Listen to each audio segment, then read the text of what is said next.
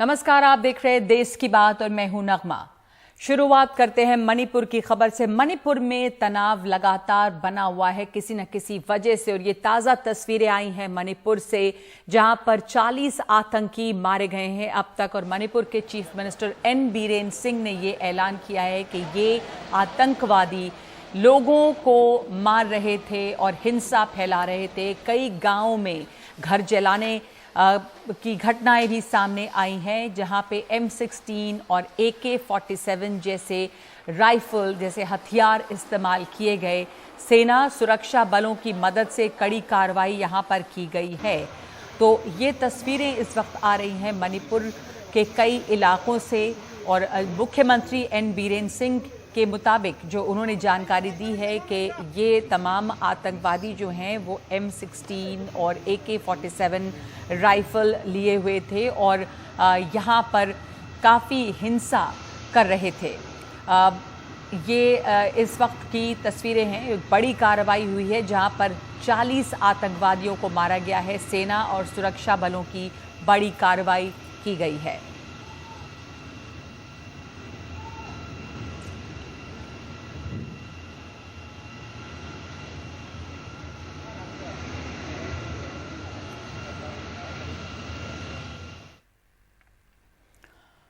और खबर है सूत्रों के हवाले से कि 12 जून को पटना में विपक्षी दलों की एक बड़ी बैठक हो रही है। बैठक में एक विचार रखने वाली 18 से ज्यादा पार्टियां शामिल होंगी। ये वो पार्टियां हैं जिनकी विचारधारा जो है वो गैर बीजेपी पार्टियां हैं। विचारधारा जो है वो उनकी एक है, समान विचारधारा वाली पार्टियां हैं।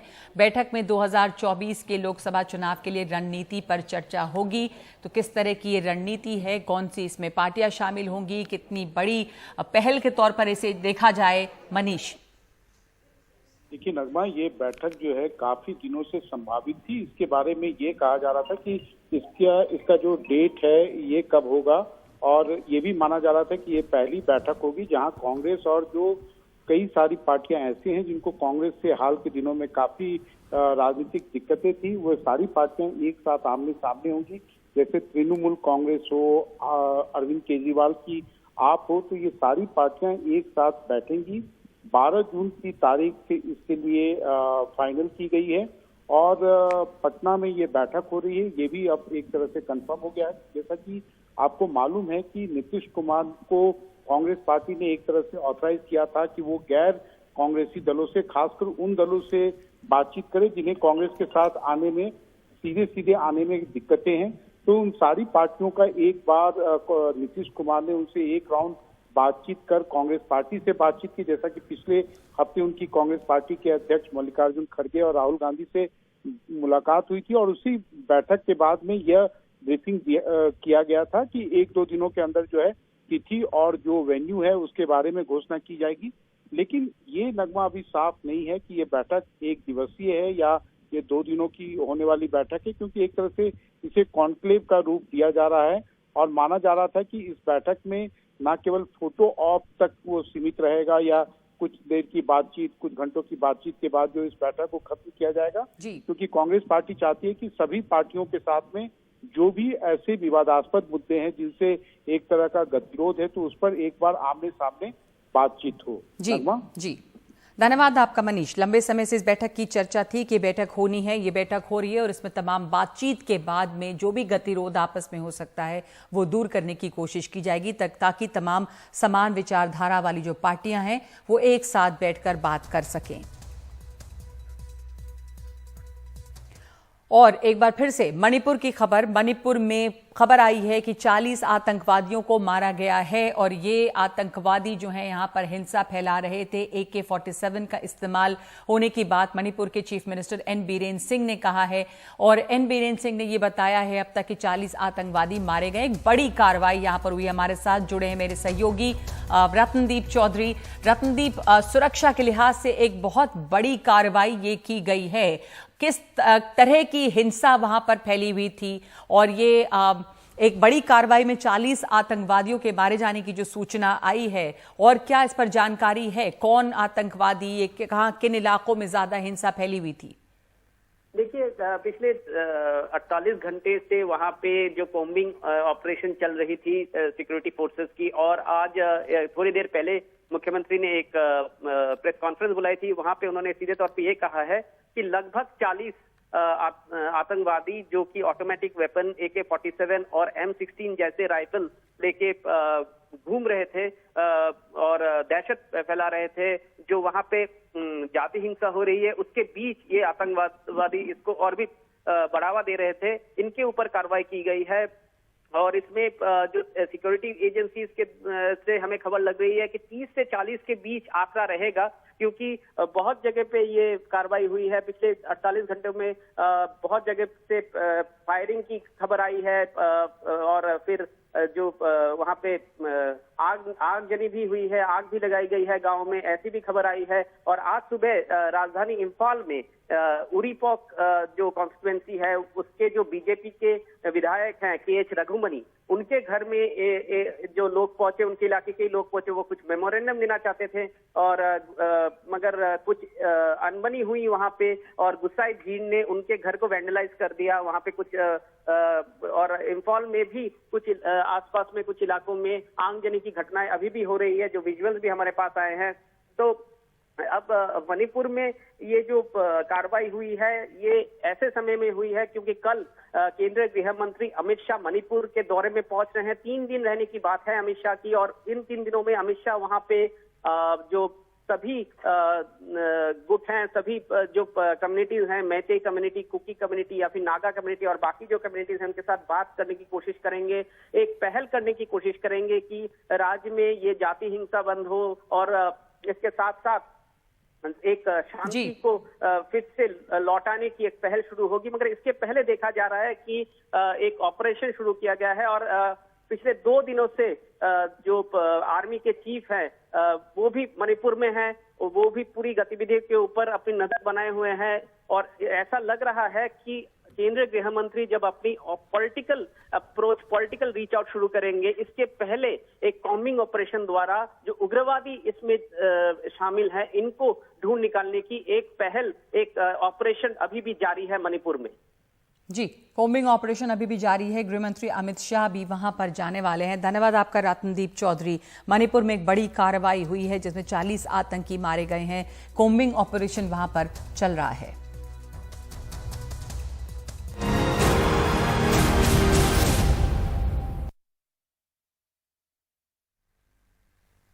और अब नए भारत की नई संसद। प्रधानमंत्री मोदी ने आज नए संसद भवन का उद्घाटन किया है और उद्घाटन समारोह की शुरुआत पूजा और हवन के साथ हुई है। प्रधानमंत्री मोदी ने सेनेगल को साष्टांग प्रणाम किया और फिर तमिलनाडु से आए संतों ने सेनेगल पीएम मोदी को सौंपा। नई संसद भवन से अपने पहले संबोधन में प्रधानमंत्री ने कहा कि ये सिर्फ एक भवन नहीं है बल्कि 140 करोड़ देशवासियों की आकांक्षाओं और सपनों का प्रतिबिंब है।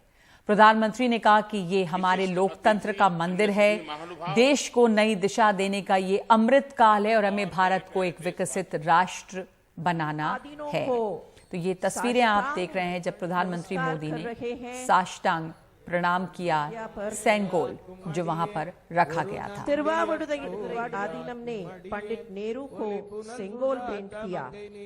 ओ घटना का पुनरावर्तन तमिलनाडु से विशेष तौर पर आए हुए आदीनम के संत आज सुबह संसद भवन में हमें आशीर्वाद देने उपस्थित हुए थे।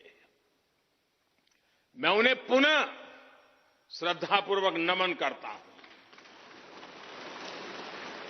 उनके ही मार्गदर्शन में लोकसभा में ये पवित्र सेनेगल स्थापित हुआ है। ये हमारा सौभाग्य है कि इस पवित्र सेनेगल को हम उसकी गरिमा लौटा सके हैं। इस अमृतकाल का आह्वान है मुक्त मातृभूमि को नवीन पान चाहिए, नवीन पर्व के लिए नवीन प्राण चाहिए। मुक्त गीत हो रहा नवीन राग चाहिए, नवीन पर्व के लिए नवीन प्राण चाहिए।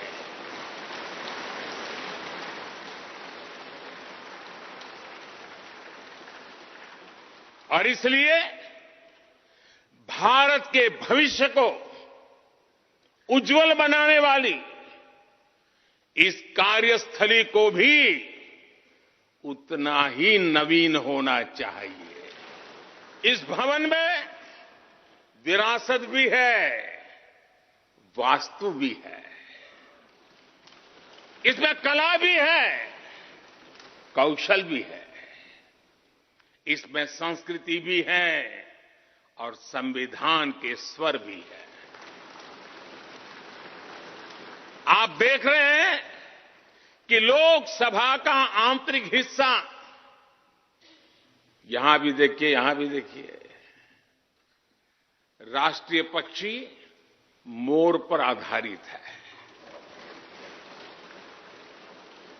राज्यसभा का आंतरिक हिस्सा राष्ट्रीय फूल कमल पर आधारित है। संसद के पुराने भवन में सभी के लिए अपने कार्यों को पूरा करना कितना मुश्किल हो रहा था, ये हम सभी जानते हैं। टेक्नोलॉजी से जुड़ी समस्याएं थी, बैठने की जगह से जुड़ी चुनौती थी।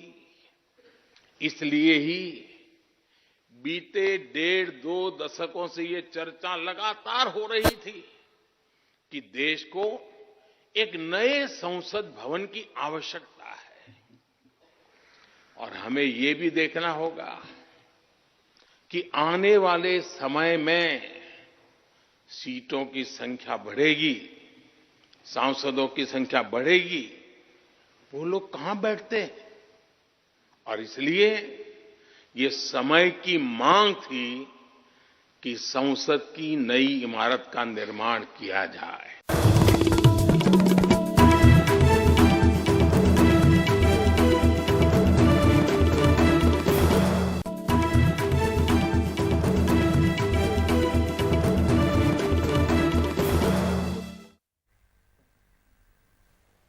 दिल्ली के जंतर मंतर पर आज खूब हंगामा हुआ है। दिल्ली पुलिस ने प्रदर्शन कर रहे पहलवानों और उनके समर्थकों को हिरासत में ले लिया है। दिल्ली पुलिस के स्पेशल सीपी ने कहा कि उन्होंने बैरिकेड तोड़े और पुलिस के दिशा निर्देशों का पालन नहीं किया है। उन्होंने कानून तोड़ा, इसलिए उन्हें हिरासत में लिया गया। पुलिस ने जंतर मंतर को खाली करा लिया है। जंतर मंतर पर पहलवान काफी समय से कुश्ती संघ बृजभूषण शुक्ला के अध्यक्ष के खिलाफ प्रदर्शन कर रहे थे।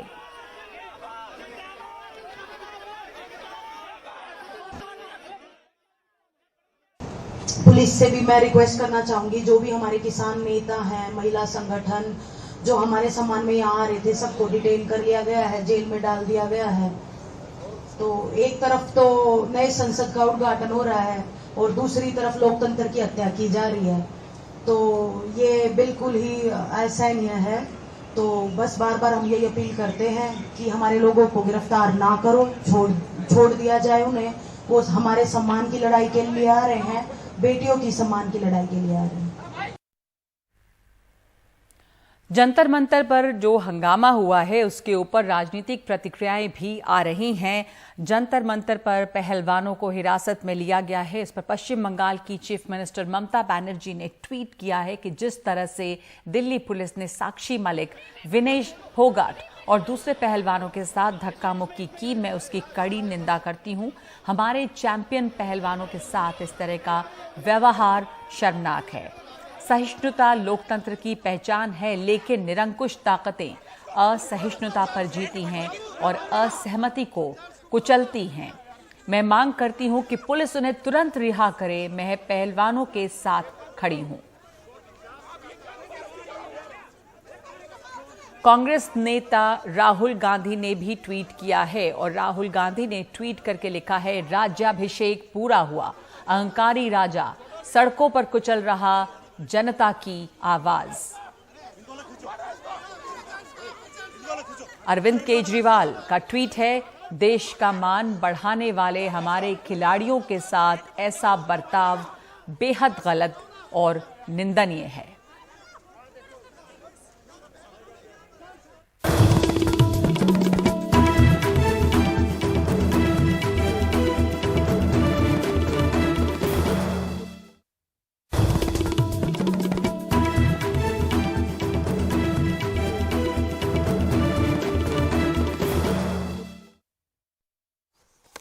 नमस्कार, देश की बात में आपका स्वागत है। मैं हूं मनोरंजन भारती और आज हम चर्चा करने के लिए जुटे हैं इस बात पर कि जो आईपीएल का मुकाबला अहमदाबाद में अब से थोड़ी देर बाद शुरू होने वाला है। दो दिग्गज टीमें जो है फाइनल में पहुंची हैं। एक तरफ गुजरात है, एक तरफ से चेन्नई है। धोनी बनाम हार्दिक पांड्या की टीम। और ये जो है इंट्रेंस हम दिखा रहे हैं, ये जो जगह है ये स्टेडियम के अंदर जाने की जगह है। खचाखच भरा होगा आज अहमदाबाद का नरेंद्र मोदी स्टेडियम, जहां पे फाइनल खेला जाना है। और दर्शकों की भीड़ आप देख सकते हैं, खचाखच भरी हुई ये भीड़। धोनी के नारे लगाते हुए सीधे सोहित के पास चल सकते हैं। सोहित बताइए आप। बाबा देखिए, अच्छी और बुरी खबर दोनों है। अच्छी खबर यह है कि जो लोगों के आने का सिलसिला है वो अभी लगातार जारी है। जिस तरह से आपने कहा, बिल्कुल ये जो टिकट्स है वो सोल्ड आउट है और जो पूरा स्टेडियम है इसमें 1,10,000 से ज़्यादा की संख्या में लोग बैठ सकते हैं। तो अब भी बड़े पैमाने पर लोग आ रहे हैं। ये मेरे पीछे आप देख सकते हैं, लोगों को आप देख पाएंगे। लेकिन जो बुरी खबर है वो ये है कि मौसम बाबा खराब है। मौसम खराब है, आपको दिखाने की कोशिश करेंगे कि बारिश हो रही है यहाँ पर और बिजली भी खड़क रही है। तो ये हो सकता है कि शायद मैच शुरू होने में कुछ देरी हो। 6:30 बजे के करीब जो क्लोजिंग सेरेमनी थी उसको भी शुरू होना था, शायद उसे भी कुछ समय के बाद शुरू किया जाए। लेकिन दूसरी तरफ आप देखें कि जो दर्शक हैं उनके आने का सिलसिला लगातार जारी है, वो लगातार आ रहे हैं। और ये जो स्टेडियम है ये जिस तरह से हमें पता है सबसे बड़ा स्टेडियम है जिसमें 1 लाख से ज़्यादा की संख्या में दर्शक रह सकते हैं। ऐसे में स्टेडियम तो खचाखच भरा रहने वाला है। और एक बार फिर से जैसे हम बात करते हैं बाबा धोनी के, यहाँ पर चर्चा शुरू हो जाती है। धोनी को लेकर लोग नारे लगाने लग जाते हैं। तो ऑब्वियसली धोनी के फैंस बहुत ज़्यादा हैं। जो भी आ रहा है हर कोई धोनी की बात करते हुए नजर आएंगे आपको। क्यों मैम, आप लोग धोनी की बात करें, कहाँ से आए पहले आप बताइए। मैं तो यहाँ की रहने वाली हूँ, मैं बहुत नसीबदार हूँ। ये मुझे स्टेडियम के पास ही मेरा हाउस है और Dhoni is a best man. लेकिन आप स्टेडियम के पास रहते हैं, ये स्टेडियम तो गुजरात का होम टर्फ है, फिर भी आप धोनी को सपोर्ट करते हैं। अरे वो सबसे धोनी है ही देश। नहीं देखो, सॉरी, देखो धोनी का एक नेचर ऐसा है ना, हर लड़के को, हर बुजुर्ग को, हर महिला को एक्सपीरियंस मिलता है, उसके अच्छी सोच मिलती है। ठीक, आप कहाँ से आए बाबा? कुछ यहीं पे आसपास है? आप यूपी से? यूपी, उत्तर प्रदेश से आया है। और जैसे कि मैंने कहा, चाहे वो यहाँ पर स्टेडियम के पास ही क्यों ना रहे, धोनी का जो क्रेज है वो काफी ज्यादा है यहाँ पर। और जब मैं बात करूँ बाबा, बिजली भी खड़क रही है तो लोग आ रहे हैं, लेकिन मौसम भी खराब होता हुआ नजर आ रहा है। तो ये मानकर चलिए कि देरी हो सकती है इस मैच के शुरुआत होने में और लोगों के आने का सिलसिला जारी है। तो फाइनल जरूर है, लेकिन फाइनल में हो सकता है कुछ देरी यहाँ पर रहे। तो बड़े पैमाने पर लोगों के आने का सिलसिला जारी है। खूब महिलाएं अब भी लगातार लगाए जा रहे हैं। महिलाएं बड़ी संख्या में दिख रही हैं। बिल्कुल, महिलाएं बड़ी संख्या में। अभी कुछ हार्दिक के भी फैंस आए। यहाँ पर जितने फैंस हैं धोनी के ही दिख रहे थे, गुजरात वाले फैंस कम हैं। क्या आप लोगों के एक्सपेक्टेशन है आज के लिए? हमारे एक्सपेक्टेशन ऐसे कि गुजरात ही जीते, क्योंकि हम गुजरात के ही हैं, अहमदाबाद के ही हैं। गुजरात ही खेलेगा गुजरात, जीतेगा गुजरात। बाबा चलिए, बैलेंस आउट हो गया है। गुजरात के भी फैंस यहाँ पर दिख रहे हैं, बिल्कुल महिलाएं हो और बुजुर्ग हो बाबा। और जोर से बारिश भी शुरू हो गई है। आपको मैं बता दूं, बारिश भी हो रही है, बिजली खड़क रही है, तो मौसम भी खराब हो रहा है। फैंस में जरूर एक्साइटमेंट है, लेकिन मैच शुरू होने में देरी होगी।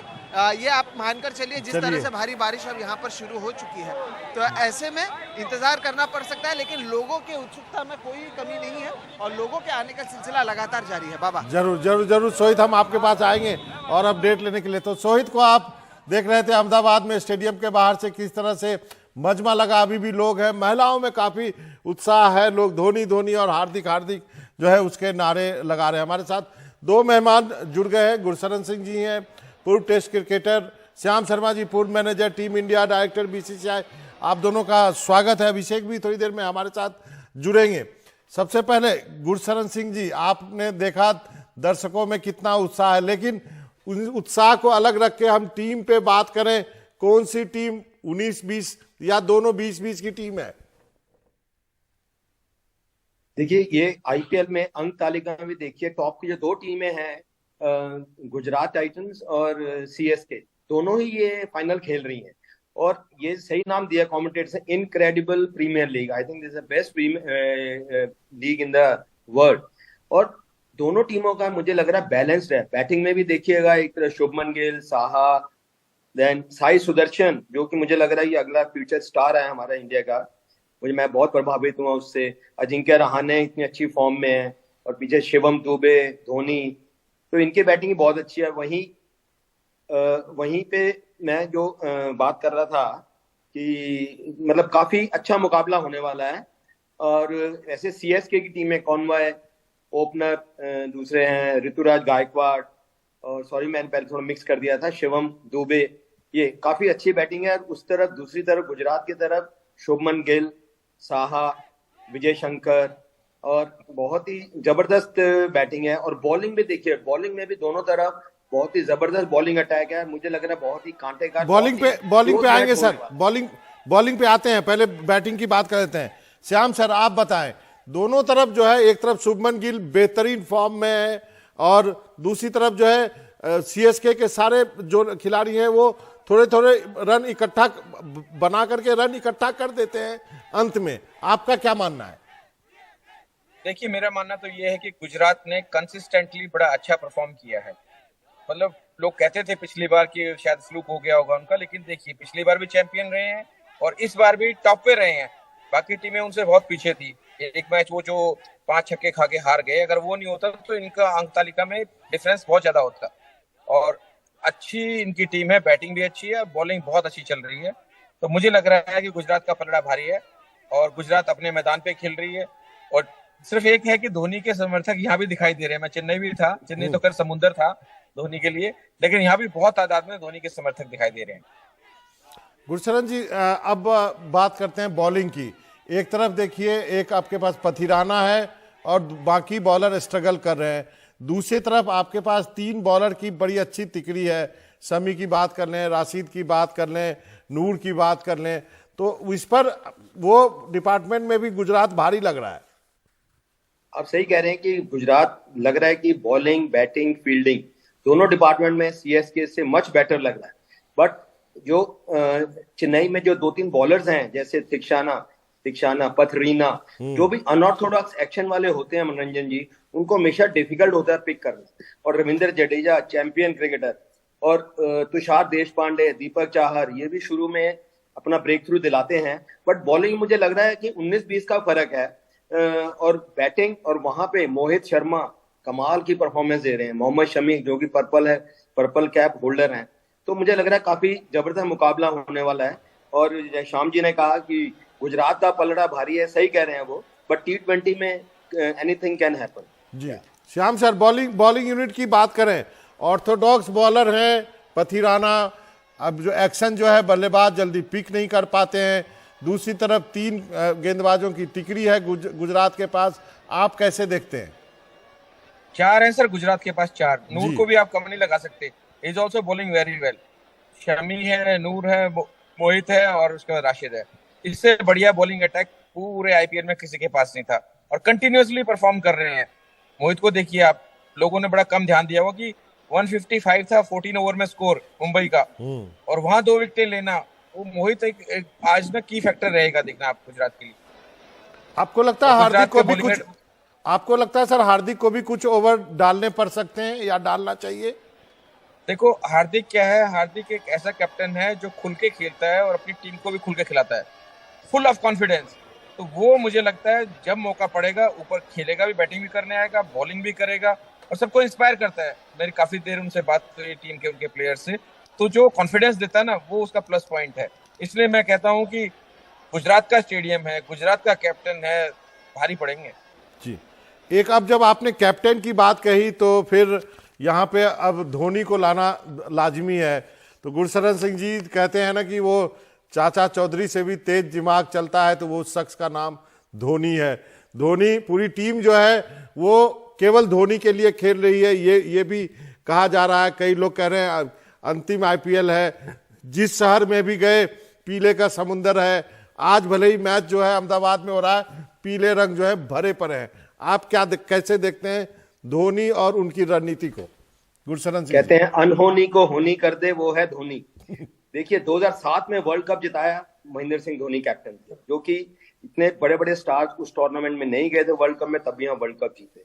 और चेन्नई सुपर किंग ये 10वां या 11वां उनका फाइनल है। 10वां। धोनी बहुत बड़ा फैक्टर है, नो डाउट। और उनको पता है कि किस प्लेयर को किस टाइम मुझे खिलाना है, बॉलिंग में भी बैटिंग में भी। और ये इम्पैक्ट प्लेयर का जो रूल आया है बहुत ही मतलब इफेक्टिव है। इससे काफी फर्क पड़ा है टीमों को भी, तो इससे फायदा हुआ है। प्लस हार्दिक पांड्या मुझे लगता है अगले जैसे वो कप्तानी कर रहे हैं, अगर उनकी टीम मुश्किल में होती है वो हमेशा हंसते ही रहते हैं। और ऐसे लगता है कि उनके पास कोई ना कोई ऐसा तीर है, अगर खराब हो रहा है कि ऐसा तीर है जिससे वो चला के दूसरी टीम को ध्वस्त कर सकते हैं। I am really impressed with Hardik Pandya और बहुत जबरदस्त मुकाबला होने वाला है। श्याम सर, इन्होंने कहा कि अनहोनी को होनी कर दे, उसको कहते हैं धोनी। बिल्कुल बात ठीक है आपकी, लेकिन जो पिछला मैच था ना मुंबई से जी, तो मोस्टली लोगों की ओपिनियन ये थी कि मुंबई के सारे बैट्समैन इन फॉर्म चल रहे हैं। हाँ। और बहुत ही मुश्किल होगा गुजरात के लिए हराना। तो गुजरात ने अपने आप को इतना ऊंचा ले गए, इतना स्टैंडर्ड हाई कर दिया, 233 का टारगेट दे दिया कि मुंबई की वो जो स्ट्रेंथ थी वो वीकनेस बन गई उनकी। हाँ। तो इनको मालूम है कि धोनी अगर क्लोज मैच हो गया फंसा देंगे कहीं ना कहीं आपको, तो ये क्लोज होने नहीं देंगे। ये मेरे से आप देख लीजिए, मेरा मानना ये है ये क्लोज नहीं होने देंगे, ये अपना गेम बहुत ऊंचा उठाएंगे और ऐसा मार्जिन कर देंगे कि धोनी जी का जो ट्रिक्स चलती है ना वो भी शायद आज काम नहीं कर पाएंगे। लेकिन सर बेस्ट कैप्टन रहा है। बहुत लोग ये भी कहते हैं कि जो स्ट्रेंथ गुजरात टाइटन की जो है शुभमन गिल, वही उनकी कमजोरी भी है। यदि वो चले तो बहुत अच्छा स्कोर, नहीं चले तो फिर दिक्कत। हाँ ये तो है, लेकिन आप बोलिए गुरशरण भाई, आप बोलिए। नहीं, आई थिंक जैसे आप कह रहे हैं कि शुभमन गिल अगर वो एक या दो मैच में नहीं चले, ठीक है, उसमें टीम हारी है, बट जैसी वो बैटिंग कर रहे हैं, अगर वही कहते हैं ना टीम वही अच्छी है जिसमें हर मैच में नया स्टार, नया मैन ऑफ द मैच बने। तो इसमें मेरे हिसाब से काफी बैलेंस टीम है। पीछे भी बैटिंग बहुत जबरदस्त है। अब देखिए कि मिलर ने और ये राहुल तेवतिया, पीछे भी इनकी शिवम दुबे तो और ये मतलब मैं यही कहना चाहता हूँ कि मिलर और ये राहुल तेवतिया और बाकी बैट्समैन भी जरूर अच्छा करें जी। सिर्फ एक प्लेयर पे टीम डिपेंड नहीं करती जी। श्याम सर, अब आपका क्या कहना है कि हर बार तो एक ही बंदे पे भरोसा करना थोड़ा बहुत ज्यादा हो जाएगा? सर देखिए, मेरा ये कहना है कि शुभमन गिल को मैंने जितना क्लोजली वॉच किया है, उसकी अपने आप से जिद है और किसी से जिद नहीं, उसकी अपने आप से जिद है। वो और ईशान किशन बहुत अच्छे दोस्त है, बहुत अच्छे क्लोज एक दूसरे से। जब ईशान ने 200 मारे वनडे में, तो 2-3 मैच के बाद ही शुभमन ने 200 मार दी। जिस दिन विराट ने 2 सेंचुरियां कंटिन्यूस मारी, शुभमन ने 2 सेंचुरियां कंटिन्यूस मार दी। उसकी जिद अपने आप से है कि मुझे और अच्छा करना है और अच्छा करना है। और मुझे लगता नहीं कि वो परफॉर्म नहीं करेगा, क्योंकि बड़ा डिटरमाइंड प्लेयर है, बहुत ज्यादा, मतलब इतनी दृढ़ शक्ति है उसके अंदर। बोलता कम है लेकिन उसका बैट बोलेगा, तो आज फेल होने के चांसेस मुझे लगते नहीं है। और उसके बाद बहुत अच्छा भी तो डेविड मिलर को आपने देखा ही कहाँ है। शुरू के मैचेस में डेविड मिलर बहुत अच्छा चला था, उसका नंबर ही नहीं आ रहा। साई कृष्ण बहुत अच्छा लड़का है, वो भी बढ़िया कर रहा है। विजय शंकर बढ़िया कर रहा है, बैटिंग अच्छी है। नाम बड़े नहीं होंगे लेकिन बैटिंग बहुत अच्छी है इनकी। जरूर, लेकिन क्या आपको लगता है कि ग्राउंड का भी एक एडवांटेज है गुजरात को? गुरशरण सिंह जी, होम ग्राउंड है, होम क्राउड है, उसका असर है, भले ही जो है दर्शक पीला रंग का पहन के आए हो। नहीं, थोड़ा बहुत एडवांटेज तो होता है, बट मुझे लगता है ज्यादा एडवांटेज नहीं होता है, क्योंकि दोनों तरफ ही ग्रेट प्लेयर्स हैं और इतने एक्सपीरियंस प्लेयर इतने सालों से T20 खेल रहे हैं, इंटरनेशनल क्रिकेट खेल रहे हैं। तो मुझे लगता है क्राउड का इतना फर्क नहीं पड़ता है। हाँ, कंडीशंस का, जैसे श्याम जी ने बोला, पिच का थोड़ा बहुत फर्क पड़ सकता है। लेकिन मुझे ये लगता है कि जैसे मैंने परसों जब बात कर रहे थे कि जो टीम 7 में से 4 मैच वो टीम जीते जिसने पहले बैटिंग की, तो मुझे भी लग रहा है कि टॉस का कोई ज्यादा फर्क नहीं पड़ने वाला है। तो इसमें जो पहले बैटिंग करेगा उसका मुझे लग रहा है पलड़ थोड़ा भारी होगा। जी, तो आप दोनों बने रहिए, हम छोटे से ब्रेक के लिए रुकते हैं, आएंगे और फिर चर्चा जारी रखेंगे कि इस महामुकाबले पर कि दोनों टीमें जो है कैसे, किसका जो है पलड़ा भारी है और कौन बन सकता है आईपीएल का अगला विजेता।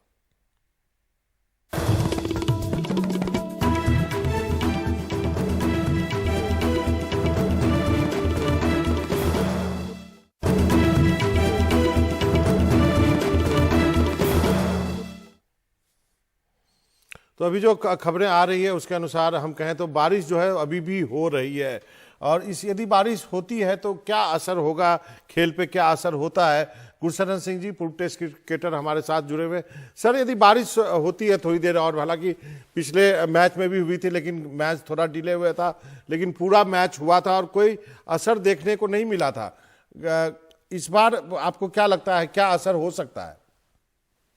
देखिए, आजकल ड्रेनेज सिस्टम इतना अच्छा है, सभी स्टेडियम में कवर्ड बहुत अच्छे हैं, तो अगर बारिश रुकती है तो मुझे लगता है आधे घंटे में जल्दी मैच शुरू हो सकता है।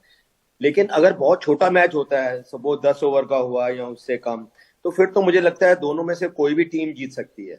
वैसे बड़ा मैच होता है तो नो डाउट गुजरात टाइटंस का पलड़ा भारी है, लेकिन छोटे मैच में कोई भी टीम जीत सकती है इसमें, क्योंकि जिसकी अच्छे 2-3 ओवर अच्छे निकल गए, अच्छी हिटें लग गई, वो आगे बढ़ जाएगा। वही किसी बॉलिंग टीम ने 2-3 विकेटें जल्दी निकाल दी तो उसमें छोटे फॉर्मेट में रिकवरी बहुत मुश्किल होती। लेकिन मैदान में यदि कहे चलिए ड्रेनेज सिस्टम अच्छा है, लेकिन जो कंडीशंस हैं वो भी तो काफी असर डालेगी ना। भारी कंडीशन है, यदि बारिश के बाद आप खेलते हैं, बॉल जो है उस पर असर पड़ता है, कहा जाता है कि तेज गेंदबाज को मदद मिलती है, स्विंग हो सकता है। हाँ जी, अगर ओवरकास्ट होता है तो थोड़ा बहुत तो शुरू में 4-5-6 ओवर जरूर मूवमेंट हो सकती है, लेकिन उसके बाद जो ये कोकाबुरा की व्हाइट बॉल है, शुरू में इनिशियल अगर 5-6 ओवर अच्छे निकाल दो तो बहुत आसान हो जाती है बैटिंग। और जैसे कंडीशन भी हैं, ठीक है, थोड़ा सा गीला होगा अगर ग्राउंड तो बॉल क्या होता है मनोरंजन से, फिर इतना बॉल मूव भी नहीं होता है।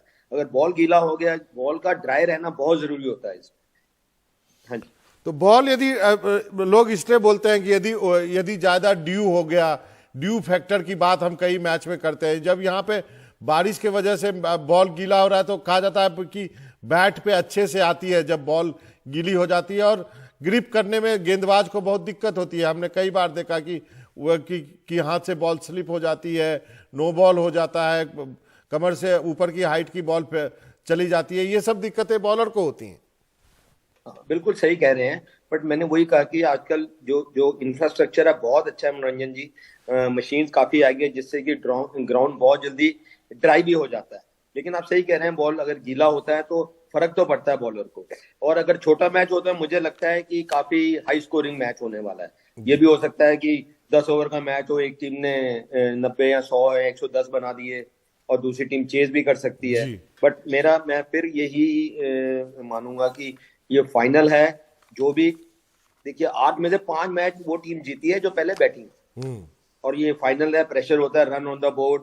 अगर आपने अच्छा टारगेट सेट कर दिया तो मुझे लगता है चेज करना इतना आसान नहीं होगा, क्योंकि दोनों टीमों की बॉलिंग बहुत जबरदस्त है। जी सर, आप हमारे साथ बने रहिएगा, हम एक ब्रेक लेते हैं, फिर हम 7 बजे जब लौटेंगे फिर बात करेंगे कि फाइनल का प्रेशर आखिर क्या होता है खिलाड़ियों के ऊपर, कैसे वो इससे निकलते हैं और कई लोग बिखर जाते हैं। कहीं जाइएगा नहीं, इस महामुकाबले का महाकवरेज एनडीटीवी इंडिया पर जारी है, चेन्नई वर्सेस गुजरात के लिए।